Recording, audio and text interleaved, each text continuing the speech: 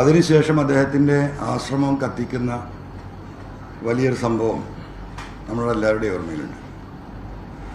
അപ്പോൾ അതുമായി ബന്ധപ്പെട്ടുണ്ടായ പോലീസ് നടത്തിയ ഈ ഗവൺമെൻറ്റിനെയും പാർട്ടിയെയും പ്രതിരോധത്തിലാക്കാൻ വേണ്ടി പ്രതികളെ രക്ഷപ്പെടുത്താൻ നടത്തിയ വളരെ ബുദ്ധിപരമായ നീക്കവും അതിനുശേഷം ബഹുമാനപ്പെട്ട മുഖ്യമന്ത്രി നേരിട്ടിടപെട്ട് മറ്റൊരു അന്വേഷണ സംഘത്തെ നിയമിച്ച് ആ പ്രതികളെ, അതിന് നേതൃത്വം നൽകിയ പ്രതികളെ ആയ RSSകാരെ അറസ്റ്റ് ചെയ്ത് നിയമത്തിന് മുന്നിൽ കൊണ്ടുവരുന്ന സ്ഥിതിയാണ് ഉണ്ടായത്.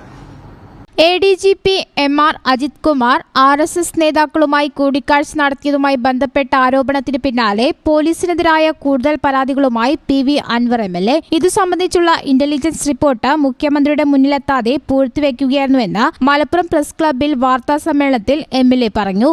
കഴിഞ്ഞ 3-4 ദിവസങ്ങളായി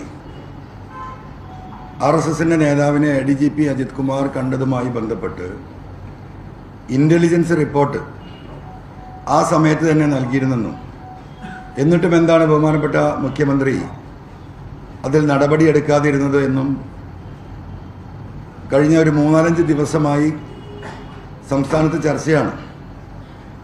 ബഹുമാനപ്പെട്ട മുഖ്യമന്ത്രിയുടെ അതിൻ്റെ ഉത്തരവാദിത്വം അതിൻ്റെ കുറ്റപ്പെടുത്തലുകളുമാണ് ഇപ്പോഴും TV ചാനലിൽ നിറയുന്നത്. നിങ്ങളറിയേണ്ടത് ഈ കേസുമായുള്ള ബന്ധപ്പെട്ട എൻ്റെ അന്വേഷണത്തിൽ കൃത്യമായ ഉത്തരവാദിത്തമുള്ള ഈ നാടിൻ്റെ നന്മ ആഗ്രഹിക്കുന്ന പോലീസ് ഉദ്യോഗസ്ഥരിൽ നിന്നും എനിക്ക് മനസ്സിലാക്കാൻ കഴിഞ്ഞത് ആ ഇൻ്റലിജൻസ് റിപ്പോർട്ട് പൂഴ്ത്തിവെച്ചു. ബഹുമാനപ്പെട്ട മുഖ്യമന്ത്രി രണ്ടാമത് സ്പെഷ്യൽ ബ്രാഞ്ച് അന്വേഷിക്കുമ്പോഴാണ് ആ വിവരം അറിയുന്നത്. RSS നേതാവിനെ ADGP അജിത് കുമാർ കണ്ടതുമായി ബന്ധപ്പെട്ട ഇന്റലിജൻസ് റിപ്പോർട്ട് ആ സമയത്തു തന്നെ നൽകിയിട്ടും എന്താണ് മുഖ്യമന്ത്രി അതിന്മേൽ നടപടിയെടുക്കാതിരുന്നതെന്നത് കഴിഞ്ഞ 3-4 ദിവസങ്ങളായി സംസ്ഥാനത്ത് ചർച്ചയാണ്. എന്നാൽ മുഖ്യമന്ത്രി ഇത് അറിഞ്ഞിരുന്നില്ല.